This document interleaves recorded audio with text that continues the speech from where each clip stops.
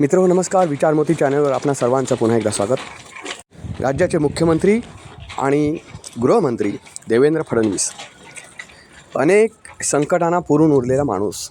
संकट येतात ती कशी येतात, एकामागोमाग एक येतात, पण या कोणत्याही संकटांनी डगमगून न जाता, स्वतःचा तोल न ढाळता त्या संकटांवर मात करून अजिंक्य राहिलेला हा एक राजकीय पदाधिकारी. त्यांच्या या अजिंक्यपणाला आज आपण आजच्या व्हिडिओतून दाद देणार आहोत. मित्र, मराठा आंदोलन असेल, मराठा आंदोलनानंतर अतिशय सत्व परीक्षा बघितली ती ह्या एकमेव माणसाची, देवेंद्र फडणवीस यांची. बीडमधील अंतरवाली सराटीमध्ये सुरू असलेल्या आंदोलनावर एकदा लाठीचार्ज झाला पोलिसांकडून आणि त्यानंतर हे आंदोलन पेटलं. त्याने पूर्ण अख्खा महाराष्ट्र पेटवला. त्याच्या अगोदर मराठा आंदोलनाचे प्रचंड प्रमाणात मोठे मोर्चे काढण्यात आले. या मोर्चांनी अक्षरशः महाराष्ट्रभर तेथील प्रशासनाला असेल आणि शासनाला धारेवर धरलं, शासनावर दबाव निर्माण करण्याचा प्रयत्न केला. मात्र कायद्याच्या चौकटीत मराठा समाजाला आरक्षण देता येईल का, किंवा ते देता आलं तर कसं देता येईल याच्या दृष्टीनं मात्र कुणीच विचार केला नाही. सगळ्यांना फक्त देवेंद्र फडणवीस यांची वाटचाल रोखायची होती. का तर ते एक ब्राह्मण आहेत म्हणून. ती वाटचाल रोखण्यामध्ये थोड्याफार प्रमाणात ते यशस्वी झाले. आंदोलन हे त्यानंतर अनेक पातळ्यांवर बिघडत गेलं. त्यांनी पातळी सोडून त्यांचं आंदोलन करायला सुरुवात केली. त्यातलाच एक त्यांनी घेतलेला डिसिजन म्हणजे आषाढी एकादशीला मुख्यमंत्री या नात्याने जी पंढरपूरच्या विठोबाची पूजा केली जाते, शासकीय महापूजा केली जाते, त्या महापूजेपासून देवेंद्र फडणवीस यांना मुख्यमंत्री असतानासुद्धा रोखण्यात आलं.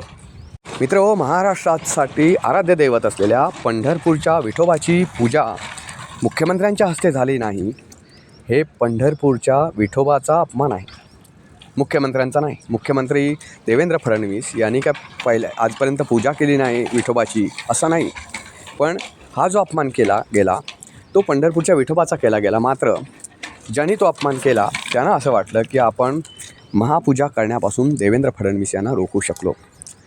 नेता कोणताही असो, त्याला जनसत्तेपुढे नमावं लागतं. तसं देवेंद्र फडणवीससुद्धा नमले म्हणण्यापेक्षा 2 पावलं मागे आले आणि त्यांनी त्यानंतर जी गाडी त्यांची सुसाट पळवली ती गाडी रोखता येणं आता विरोधकांनासुद्धा अशक्य झालं आहे.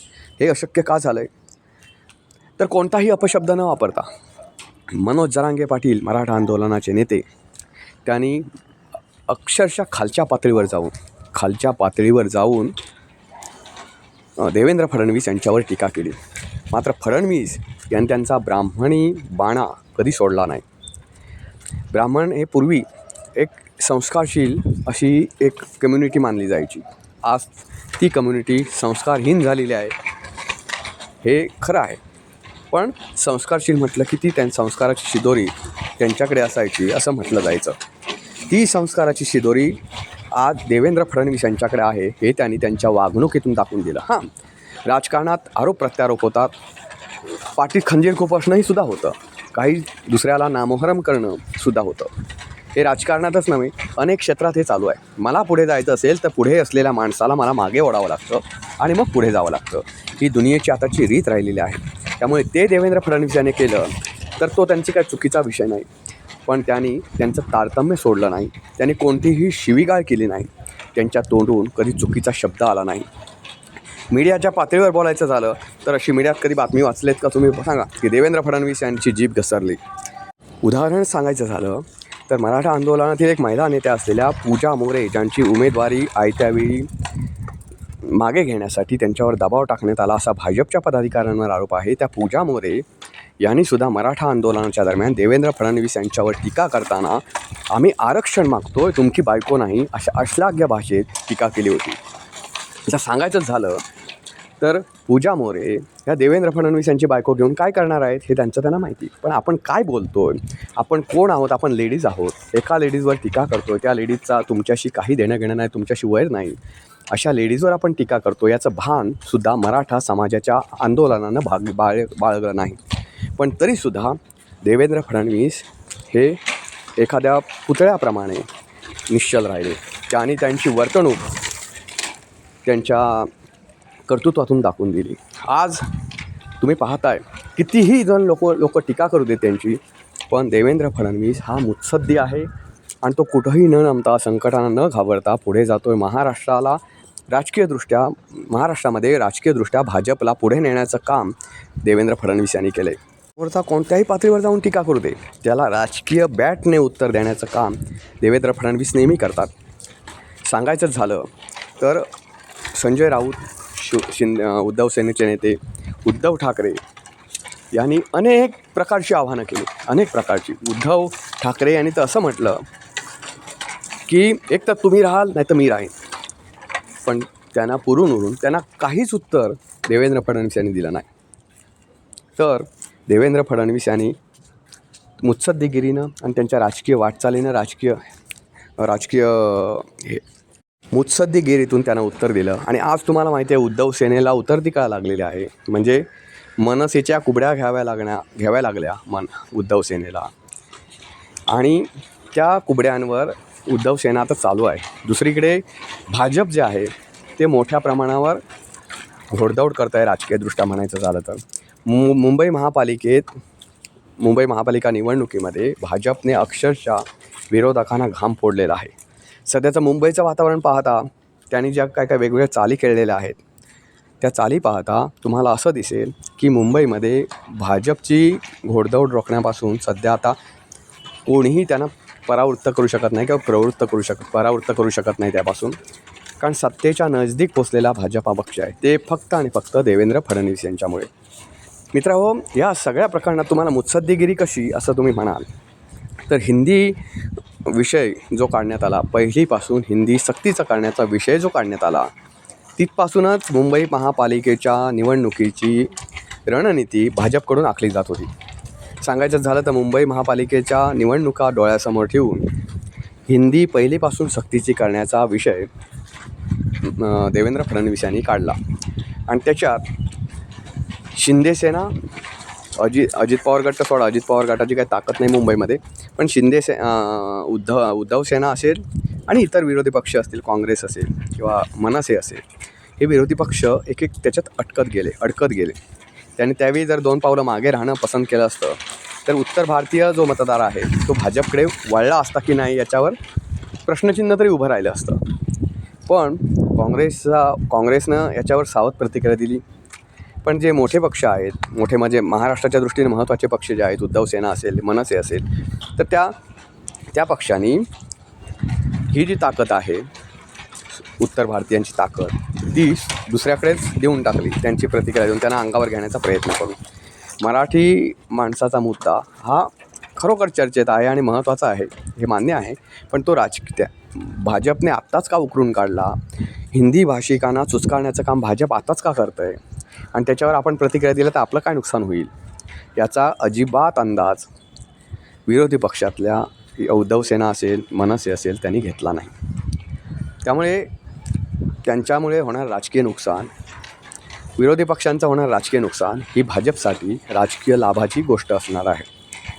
नगरपरिषद निवडणुका झाल्या नुकत्याच, त्या निवडणुकांमध्ये सुद्धा भाजपने सरळ संपूर्ण राज्यात शिंदेसेना असेल, अजित पवार गट असेल, त्यांच्याशी युती केली नाही.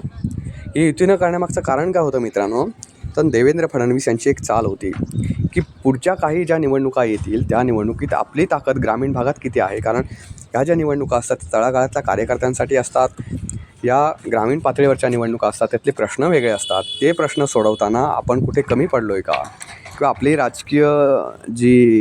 भाजपची राजकीय रणनीती आहे ती यशस्वी ग्रामीण भागात ठरते का, या सगळ्या प्रश्नांची उत्तरं शोधून काढण्याचा प्रयत्न या निवडणुकीच्या निमित्तानं झाला. आता याच्या पुढे झेडपीच्या निवडणुका वगैरे लागत आहेत, झेडपी पंचायत समितीच्या निवडणुका लागतील. त्या निवडणुकांमध्ये सुद्धा त्यामुळे एक भाजपकडे डाटा जो म्हणतात, जो महत्त्वाचा असतो पुढची रणनीती आखण्यासाठी, तो डाटा आता अवेलेबल आहे. भलेही नगरपरिषद निवडणुका ज्या आहेत त्या ग्रामीण पातळीवर लढल्या गेल्या नाहीत, तरी ग्रामीण पातळीशी निगडीत जे काही विषय असतात ते नगरपरिषदेशी कनेक्टेड असतात. उदाहरण सांगायचं झालं तर नगरपरिषदेमध्ये पाणी पुरवठ्याचा प्रश्न असेल, रस्त्याचा प्रश्न असेल किंवा पथदीपाचा प्रश्न असेल, हे मूलभूत जे प्रश्न आहेत तेच थोड्याफार फरकाने ग्रामीण भागात असतात. ग्रामीण भागातले फक्त विषय येतो रोजगाराचा किंवा रस्ते, तर तुम्हाला मी सांगितलं आहे नगरपरिषदेच्या अखत्यारीतला पण तो विषय आहे. त्यामुळे ती एक रंगीत तालीम म्हणता येईल. जरी नगर परिषद आणि जिल्हा परिषद पंचायत समिती वेगवेगळ्या असल्या, वेगवेगळ्या स्थानिक स्वराज्य संस्था असल्या, तर त्या दृष्टीनं तो एक प्रयत्न होता देवेंद्र भाऊंचा, की या छोट्या छोट्या स्थानिक स्वराज्य संस्थांच्या माध्यमातून आपली ताकद किती आहे अजमावणं. आता तोच प्रयत्न त्यांनी थोडा अँगल बदलून महापालिका निवडणुकीमध्ये केलेला आहे. महापालिका निवडणुका ही सांगायला झालं तर मोठी निवडणूक आहे, कारण महापालिकेचं बजेट हे मोठं असतं. त्याच्यात मुंबई महापालिकेचं बजेट हे खूप मोठ्या प्रमाणावर असतं. तर 100% भाजपा ही नरेंद्र मोदींनी दिलेली हाक जी आहे, त्या हाकेला व्यवस्थितरित्या सांभाळण्याचं काम देवेंद्र भाऊ करत आहेत. रवींद्र चव्हाण यांची प्रदेशाध्यक्षपदी झालेली निवड आणि त्यांच्याकडे एक कल्ली जो कार्यक्रम दिला होता, की इतर पक्षातले चांगले नेते शोधायचे आणि ते आपल्याकडे आणायचे. हा एक कल्ली कार्यक्रम त्यांनी पार पाडला. त्यांच्याकडे इतर कुठलीच जबाबदारी नव्हती, कारण रवींद्र चव्हाण हे काय फार मोठे कॅम्पेनर आहेत भाजपचे असा विषय नाही. पण त्यांना प्रदेशाध्यक्ष करून त्यांच्याकडे एक मोठी जबाबदारी देण्यात आली आणि ती जबाबदारी त्यांनी पार पाडली. गेल्या काही महिन्यांमध्ये तुम्ही बघू शकता की अनेक नेते आहेत स्थानिक पातळीवरचे, ते भाजपमध्ये आलेले आहेत. जिथे जिथे दिसतील तिथे इतर पक्षांचे नेते उचलणं आणि त्यांना आपल्या पक्षात आणण्याचं काम या रवींद्र चव्हाणांनी केलेलं आहे. आता विषय असा राहिला की दुसऱ्यांचे पदाधिकारी कार्यकर्ते आणून आपण मोठं काय करतो आहे, त्याला भाजप म्हणतात का वगैरे, हे गोष्टी आताच्या काळात ह्या गोष्टी विसरणं किंवा ह्याच्यावर प्रश्न विचारणं हेच चुकीचं आहे असं म्हणावं लागेल. कारण विरोध थोडाफार फरकाने सगळेच विरोधी पक्षांनी ते केलेलं आहे त्यांच्या पूर्वीच्या काळामध्ये. फक्त आता त्यांची ताकद क्षीण झाली, त्यामुळे त्यांच्याकडे जो इन्कमिंग आहे ते सुरू नाही आहे सध्या. पण सांगायचं झालं तर मला वाटतं 1974चा काळ असेल. पंजाबमध्ये 30% लोक स्थानिक स्वराज्य संस्थांचे निवडणुकीमध्ये 30% लोक बिनविरोध निवडून आले होते. तो काळ होता 1964, 65 किंवा 70च्या दरम्यानचा काळ असेल. तुम्ही बघू शकता मित्रांनो आपल्या गुगलवर जाऊन. तर मोठ्या प्रमाणावर बिनविरोध निवडून आले. हे त्या काळातलं यश आहे. म्हणजे सर्वोच्च न्यायालयानंसुद्धा अक्षरशः याबाबत आश्चर्य व्यक्त केलं की एवढ्या मोठ्या प्रमाणावर निवडून कसे आले. आणि त्यावेळी काय भाजप नव्हते. आजसुद्धा पंजाबमध्ये भाजपचं अस्तित्व नाही. त्यामुळे तिथे विरोधी पक्षाच्या लोकांचे जे निवडून आले तरीसुद्धा ती गोष्ट ध्यानी घेतली गेली नाही. दुसरं सांगायचं झालं मित्रांनो तर सगळं हे जे म्हणतात की इतर पक्षांचे कार्यकर्ते चोरून भाजपने त्यांचा पक्ष वाढवला आहे असं जे म्हणतात, त्यांना एक सवाल आहे की भाजपचा एखादा पदाधिकारी जर त्यांच्या पक्षात गेला तर ते घेणार नाहीत का, हा प्रश्न आहे. तर ते घेतील, सन्मानानं घेतील. उलट मी तुम्हाला उदाहरणं देऊ शकेन की इथे चाळीसगाव नावाचा तालुका आहे जळगावमध्ये. त्या चाळीसगाव तालुक्याचे खासदार असलेले जळगाव ग्रामीणचे खासदार असलेले उन्मेष पाटील यांनी विधानसभा निवडणुकीपूर्वी उद्धव सेनेत प्रवेश केला. तो उद्धव सेनेने दिला ना प्रवेश. त्यामुळे फोडाफोडी आणि ह्या गोष्टी ज्या आहेत त्या आरोपांपुरत्या ठीक आहेत. प्रत्यक्षाचा अभ्यास करून बोलायचं झालं तर प्रत्येकानं एकमेकांचे कार्यकर्ते फोडलेले आहेत, आपल्या पक्षात प्रवेश दिलेला आहे. त्यामुळे असं काय नाही की फक्त भाजपमध्ये ते मोठ्या प्रमाणात चालतं आहे म्हणून विरोधकांचा जळफळाट होतो आहे असं यावरून दिसून येतं. मित्रांनो, देवेंद्र फडणवीस यांच्या मुत्सद्देगिरीवर, त्यांच्या राजकीय कौशल्यावर आणि त्यांच्या सहनशीलतेबद्दल तुम्हाला काय वाटतं ते नक्की कॉमेंटमध्ये कळवा. व्हिडिओ आवडला तर लाईक करा, शेअर करा, चॅनलला सबस्क्राईब करा विसरू नका. पुन्हा भेटू पुन्हा एका नवीन व्हिडिओ. तोपर्यंत नमस्कार.